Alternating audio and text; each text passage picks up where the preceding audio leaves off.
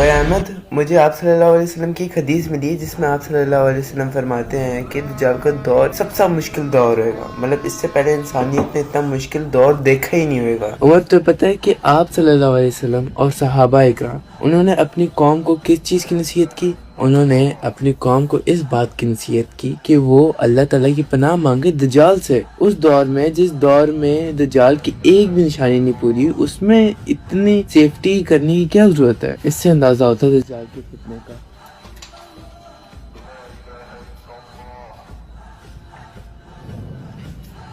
यार मुझे नहीं समझ में आता है इस दज्जाल के दौर से इतना डरना क्यों है। उसके पास बस एक आंख ही तो होगी, क्या ही कर लेगा इससे। तो पता है सबसे बड़ा फितना दज्जाल होगा क्योंकि इसके पास हमारे ह्यूमन रिसोर्सेज, हमारे इमोशंस और हमारी बॉडी तक का कंट्रोल होगा। मेरे भाई अहमद, मुझे कुछ समझ में नहीं आ रहा कि तुम कहना क्या चाह रहे हो इस बात से। तुम्हें मुराद क्या है? मगर तुम्हें क्या लगता है ये जो केम ट्रेल्स हैं ये सिर्फ सनलाइट को ब्लॉक करने के लिए और खाने को लिमिटेड करने के लिए नहीं, इसका काम और भी ज्यादा डीप है। तो पता है इससे होने वाली जितनी भी रेन होगी उससे हमारी बॉडी में स्पेशल 2 हैवी मेटल्स आएंगे। तो पता है ये 2 हैवी मेटल्स क्या करेंगे? बगैर किसी इंटरनेट के, बगैर किसी ब्लूटूथ के हमारी बॉडी में इंफॉर्मेशन ट्रांसफर करेंगे। तो मैं दज्जाल अपना मैसेज सेकंडों में पहुंचा सकेगा। मैंने बहुत सी ऐसी कॉन्स्पिरेसी थ्योरीज पढ़ी है, बहुत पढ़ी है इल्यूमिनाटी के बारे में, मगर मैंने कभी सोचा ही नहीं कि मुझे इसको दज्जाल से कनेक्ट भी करना चाहिए। मगर तुम्हें क्या लगता है पेट्रोल का महंगा हो जाना बस एक नॉर्मल सी चीज है? पेट्रोल को ये लोग एक लग्जूरियस या फिर रेयर आइटम बना रहे हैं जो सिर्फ अमीरों या फिर उन लोगों के पास होएगा जो लोग दज्जाल के पैरोकार बन जाएंगे। साथ साथ जो नई डिजिटल आईडीज का चक्कर है, इससे किसी का भी खाना पीना बंद हो सकता है डिजिटली। उनके पैसों का काबू,